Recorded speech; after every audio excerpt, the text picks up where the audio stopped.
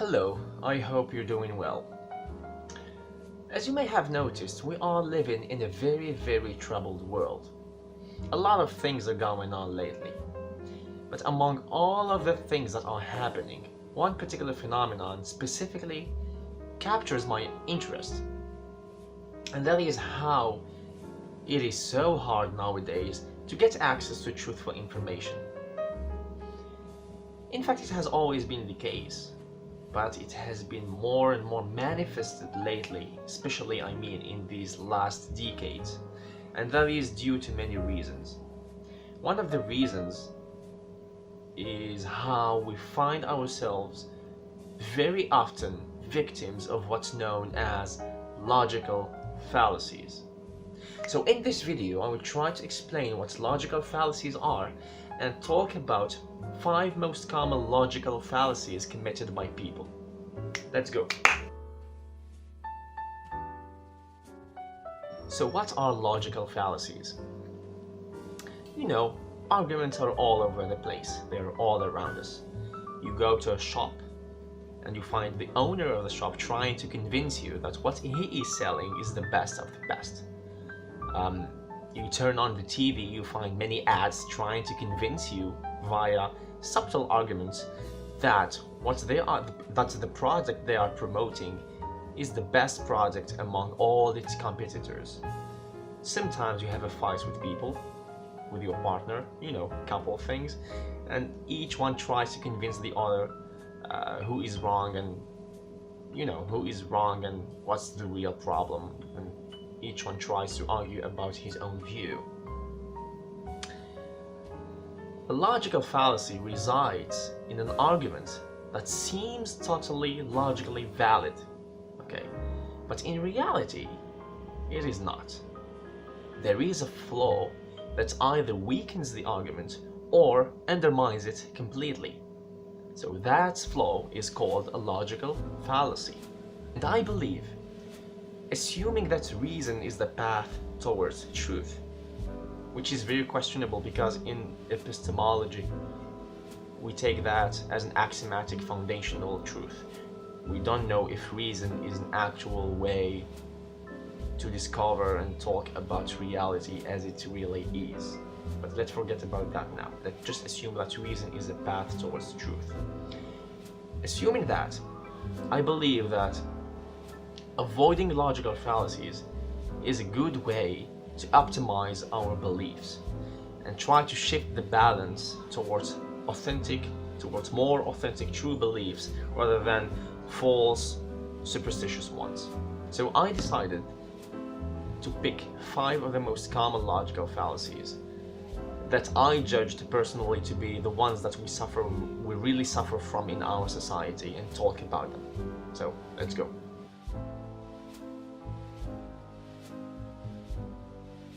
Let's consider this thought experiment. Let's say you're going to a city, and upon your arrival to that city, you encounter a person who is very rude to you. Okay, so you move on. You encounter a second person who is equally rude to you. Suddenly you find yourself believing the conclusion that all people of that city are very rude. If that happened to you, congratulations. You've committed a hasty generalization fallacy. So what is a hasty generalization fallacy? A hasty generalization fallacy is when you form a belief, a conclusion, based on a limited set of data or a limited experience. Now, the conclusion might be true.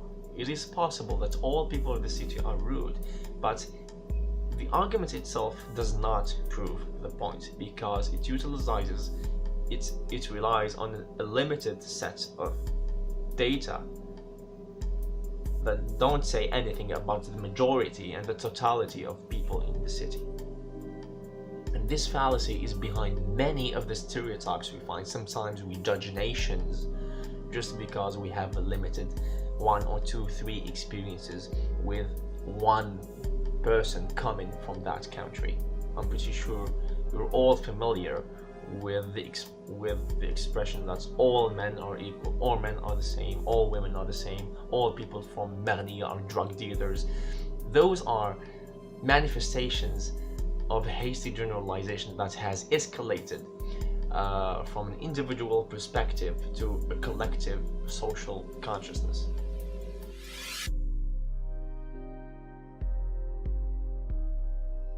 Have you ever been in a situation where you were debating someone and he was just trying to put words in your mouth and trying to make you say what you didn't really say? If that happened to you, it means you have been strawmanned by someone. A strawman fallacy is when you create a caricature of what someone truly believes or says, and attacking that caricature of ideas instead of his own original ideas and claims. To put it simply, let's consider this example. For example, I make the claim and I say, I think English should be taught at school. And my opponent interprets that as Arabic is not a worthy language. I didn't say that. I just say that English should be taught at school, and he interpreted that differently, or he purposefully created a false claim that I potentially have said, but I didn't. It often happens with a ridiculing tone, and it's really appalling to see how widespread it is among politicians and news reporters. It is baffling.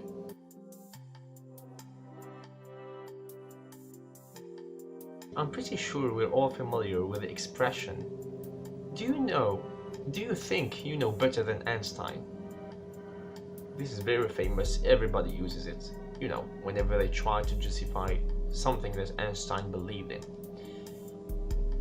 There's no problem when we use Einstein as a figure, as a scientist, to use his quotes and his citations to justify a scientific claim. However, very often, authority is used to justify something outside of their own expertise. Okay.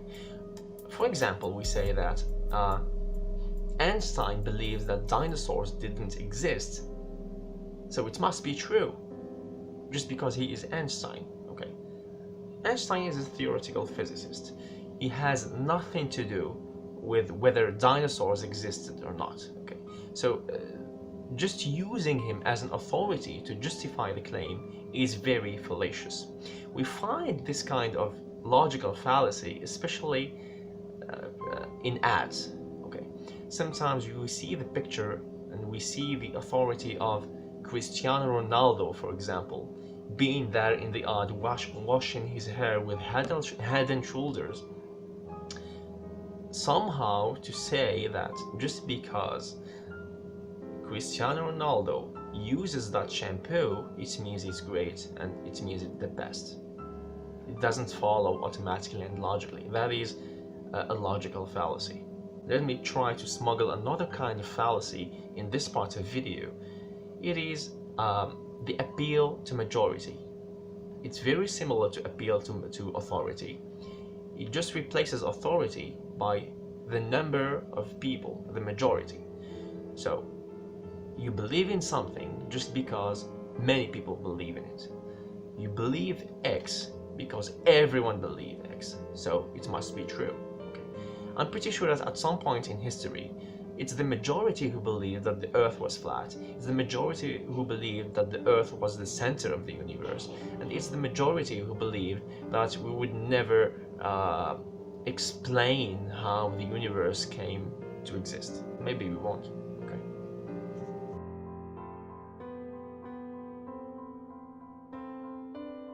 This is literally the root of all superstition. It's also referred to as supernatural thinking. We've all been there, in that situation where we are paralyzed in front of a phenomenon that we are unable to explain. However, it doesn't stop there. We don't stop at we are unable to explain this. We come up with stories to explain it and try to hide and pseudo-unravel the mystery of the phenomenon. Okay. However, that story is not well grounded and has no foundational truth in it. For example, we see a tree flying in the sky. Consider this thought experiment. Let's say you're walking in the streets and suddenly you raise your head and you see a tree flying in the sky. You're shocked, you are baffled, you don't know how to explain that, and yet you jump to the conclusion that demons or some kind of jinns did it. Okay. Another example is when somebody has a crisis, a panic attack, maybe an epilepsy crisis, we automatically assume and jump to the conclusion that there is a demonic possession involved. Even though our first stance, we don't know what's happening to the person. We don't know, but we know. A syllogism would be really helpful to demonstrate how fallacious this is. I don't know how it happened, but in reality I do know. It must be this. I don't know, but I know. It's a contradiction.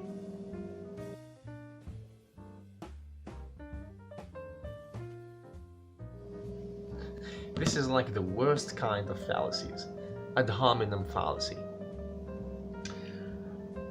Sometimes you're having an argument with somebody, and you might have made a fair point, but the person, instead of accepting your point or trying to answer back in a subtle way and respectful way, he starts insulting you and start to devalue your character and your position, to make it ridiculous, instead of attacking your point and your argument. This is called ad hominem attack or personal attack fallacy.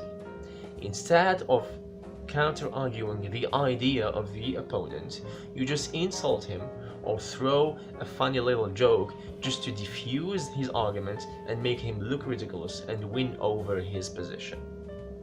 And that is very appalling. We see that in politics, we see that everywhere. It would take many forms, but it would look like this. I don't believe that what you said is true because you're stupid. Or you would have to be brainless in order to believe such a thing. Yeah. It is astonishing how we can deviate the truth from people just by throwing a small insult or making a funny little joke.